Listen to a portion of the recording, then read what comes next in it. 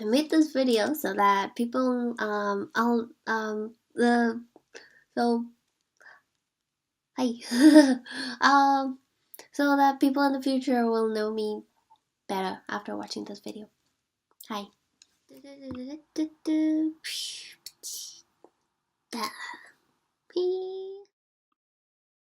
So my mom was a scientist and we definitely had to travel a lot because of her job. I was born in Hefei, it's in China. I was living with my grandparents because my mom and my dad were studying in university in Nanjing.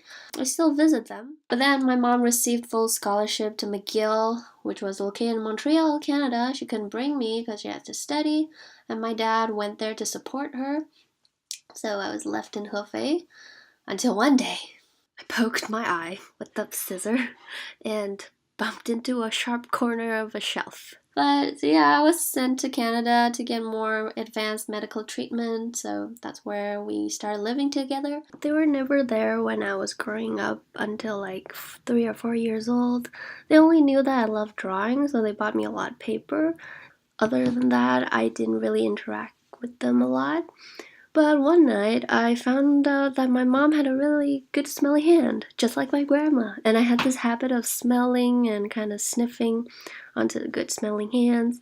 That's how I got attached to my mom. And then my dad. I had to go to a French school when I turned grade 1. The school teachers were terrifying. But then after 3 years, my mom received her first job after she graduated with a PhD degree. Her first job was in Kerinchi. It was a bit complicated and hard decision that was made when my mom decided to go there. It was kind of just a few years after the May 1998 riot, which was mass violence, killing, raping of Chinese people, specifically Indonesian Chinese people. My grandparents were really against it, but we went there anyway, and well, I'm glad we did it because it was one of the best moments of my life. We made a lot of good friends. The environment was just beautiful. People were really down to earth. They were really nice. We barely met any Chinese people. There were some Indonesian Chinese, but we've just never seen a Chinese people from China. And technically we're Canadians, but Chinese ethnicity.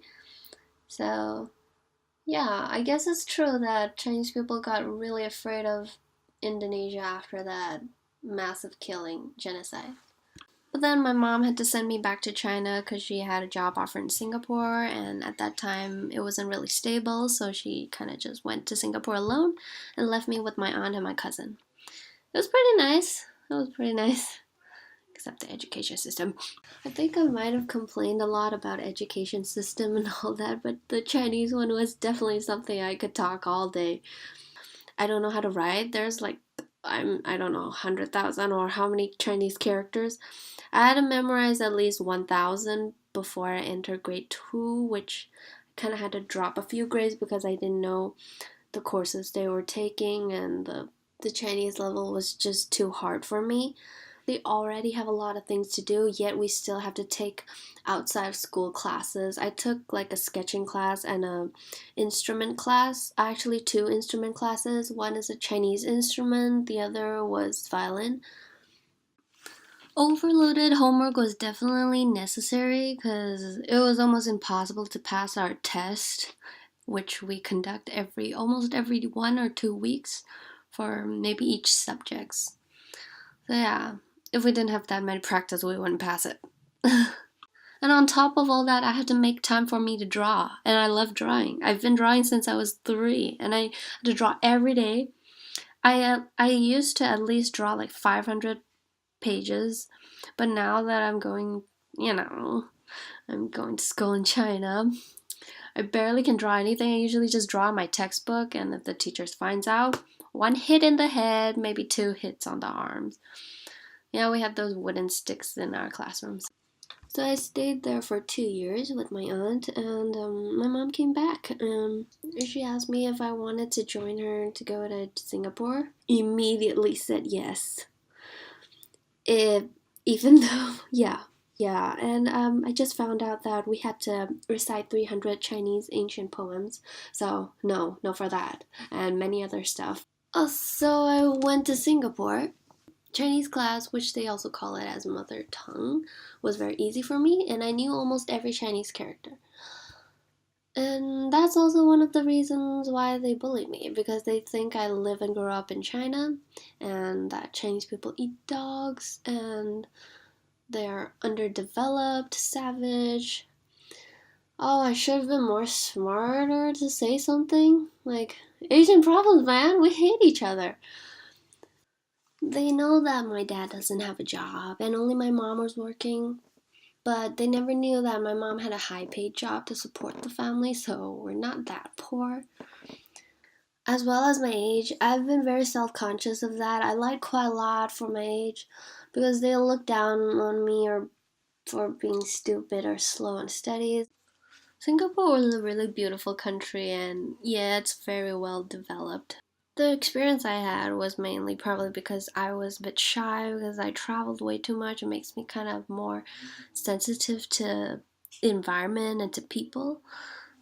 And also kids at that age are kind of just generally kids at that age are more cruel, naive and critical, I guess.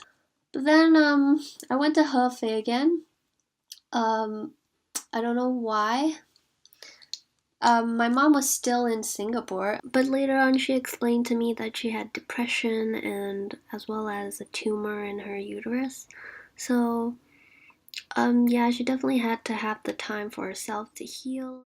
So I went to Hefei again. Okay, this time I'm more prepared because I experienced it as a kid and I know how the system works and I'm ready for it.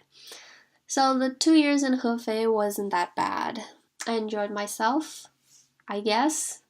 The education system still sucks though.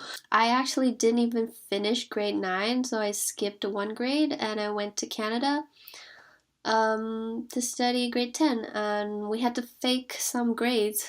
So I went to Alberta, Canada for a year. It was terrible. Actually, it was the worst. It wasn't the education system or anything. The life was kind of bad. I was living with my dad, with my brother. My dad was a really nice dad, but he really sucked in a lot of things and he made a lot of mistakes that I don't know if I can ever forgive him. But he's my dad. I love him. But I was really missing my mom. So we had a bunch of issues within a year. My mom had no choice. She said she'll come to Canada to find a job so we can finally have a stable life and a stable home. And it happened. I'm here in Vancouver for 4 years now. Actually, 5 maybe. How old is my cat? I got my cat since I came here, so yeah. I don't know if I enjoy. I definitely because of traveling too way too much. It's kind of odd for me to have a stable home. I don't have to think too much anymore. Oh my god, no wonder recording was so hard. No wonder recording was so hard for me. I didn't even write a script for this. I just knew you can't improvise this. You need a damn script. There's so many grammar issues. I'm like, what am I talking about? So as I grew older, I noticed how even though I try so hard to fit in, I still have this I can relate to a lot of things that other people are experiencing and they tend to have questions for me too. Like usually it's about language and education. I actually did skip some grades and I had to go through and redo some grades because education really vary in cities, province and countries. Oh yeah, and especially China. I love you, China. It was actually no, the system was it was really torturing, but I don't think it was like traumatizing. So it was okay. It was some really interesting experience. And language for that, I picked up English and French when I was 3. It was the golden age of learning languages, so I picked up it really quick. And I kept it for a long time with no problem with speaking well pronounced English. but I kind of just forgot about French. And I went to international schools, so we were taught English, so I didn't lose that, but I couldn't catch up with a lot of people's vocabulary and grammar as well as Chinese, but the Chinese system was super intense, so there was no way I can catch up. They forced you to catch up. Oh my god, that was good times. Yeah, so that's how I can communicate effectively with both Chinese and English. Um, I know a bit of Indonesian, French. I basically forgot most of it.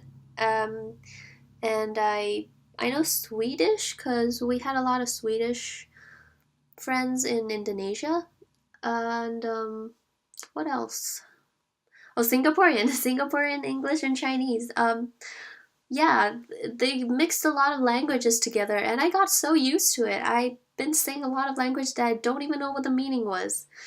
I think like yeah, uh, yeah. Travel really helped me understand my mom a lot at the same time. I used to be really ashamed because everyone's parents or mom usually stayed at home and took good care of them, and that's how I viewed as a perfect mother figure. I tend to brag about her right now, which makes me feel kind of, I brag too much about my mom, but I really love her, and I hope she knows that.